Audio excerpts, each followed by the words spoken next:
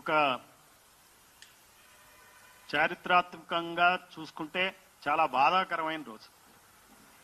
దాదాపుగా 2.5 కోట్ల మంది బీసీలు ఉన్నటువంటి ఈ రాష్ట్రంలో ఎమ్మెల్సీగా ఉండి ఒక ఛానల్ నిర్వహిస్తున్నటువంటి వ్యక్తి, బీసీ ఉద్యమానికి కట్టుబడిన వ్యక్తి మల్లన్న మీద దాడి చేయటం అనేది అందరి బీసీల మీద చేసిన దాడి కింద లెక్క. ఇది ఎవరో మల్లన్న ఒక వ్యక్తిగా చూసేది కాదు, ఒక ఎమ్మెల్సీ కాదు.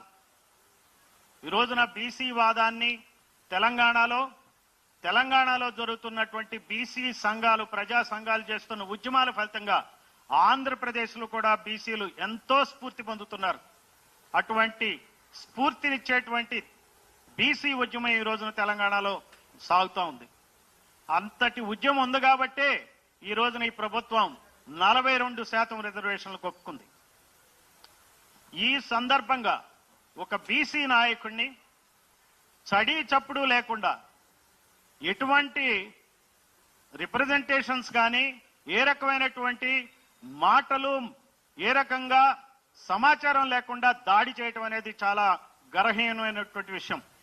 నిన్న కవిత దాడి తర్వాత ఇచ్చిన రిప్రజెంటేషన్ ఏదైతే కౌన్సిల్ చైర్మన్ కి ఇచ్చిందో అది ముందే ఇవ్వాల్సి ఉండే. ముందే ఇచ్చి న్యాయం జరగకపోతే అప్పుడు చూడాల. కానీ ఇది ఎట్లున్నదంటే ముందు కొట్టి తర్వాత మాట్లాడతాం అంటే లెక్కలేనితనమే ఇదంతా. ఈ రోజున వెలమలు ఈ రాష్ట్రంలో ఉంది 1,02,000 మంది. ఈ 1,02,000 మందికి 13 మంది ఎమ్మెల్యేలు ఉన్నారు. అదే 2.5 కోట్ల మంది ఉన్న బీసీలకి ఉన్న ఎమ్మెల్యేలు కేవలం 19 మంది. 19 మంది మాత్రమే ఉన్నారు కాబట్టి బీసీలు ఈ రోజున ఈ గడు దుర్భరమైన పరిస్థితుల్లో ఉన్నారు. రాజకీయంగా అణగదొక్కబడుతున్నారు. ఈ రోజున ఈ రాష్ట్రంలో గాని, పక్క రాష్ట్రంలో గాని, ఆంధ్రప్రదేశ్లో గాని బీసీలకు రక్షణ లేదు. ఎస్సీ ఎస్టీలకు రక్షణ చట్టాలు ఉన్నాయి. అక్కడ ఆంధ్రప్రదేశ్లో కూడా చంద్రబాబు నాయుడు మేనిఫెస్టోలో బీసీ రక్షణ చట్టం తెస్తా అన్నాడు. ఇంతవరకు తేలా. 1 సంవత్సరం అయింది పాలన అయి. ఏ రకమైనటువంటి డబ్బులే అవసరం లేదు ఏదన్నా అంటే చంద్రబాబు నాయుడు ఖాళీ ఖజానా అంటాడు. మరి ఖాళీ ఖజానా అన్నాడు. బీసీ రక్షణ చట్టం తెచ్చినట్టయితే దానికి రూపాయి ఖర్చు కాదు, ఆయన దాడు.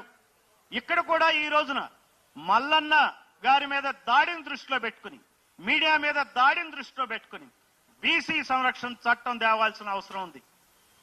ఈ బీసీ సంరక్షణ చట్టం ఎప్పుడైతే తెస్తారో గ్రామాల్లో గాని, వివిధ ఆర్గనైజేషన్లో గాని, ఎక్కడైనా గాని బీసీలకు రక్షణ దొరుకుతుంది. ఎవరైనా సరే దాడి చేయాలంటే 1కి 2 సార్లు ఆలోచిస్తారు. బీసీలందరూ ఉద్యమించాలా.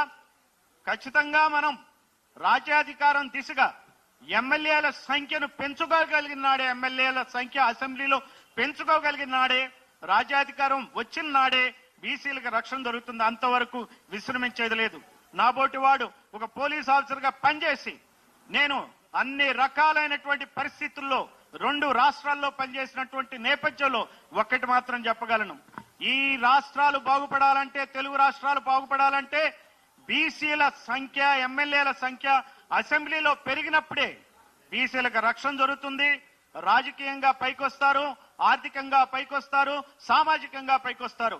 ఈ రోజున మనం అందరం కూడా మల్లన్నకి మనం సానుభూతిని ప్రకటించడం కాదు, మల్లన్న ఏ మార్గంలో అయితే నడుస్తున్నాడో, బీసీ వాదం ఎటువైపు అయితే తీసుకెళ్తే రాజ్యాధికారం వస్తుందో ఆ దిశగా నడవాలని చెప్పి కోరుకుంటూ మరి ఈ అవకాశం ఇచ్చినటువంటి సూర్యారావు గారికి, తదితర పెద్దలందరికీ ధన్యవాదాలు తెలియజేస్తూ సెలవు తీసుకుంటున్నాను. Thank you sir. ఇప్పుడు all India OBC students association Kiran.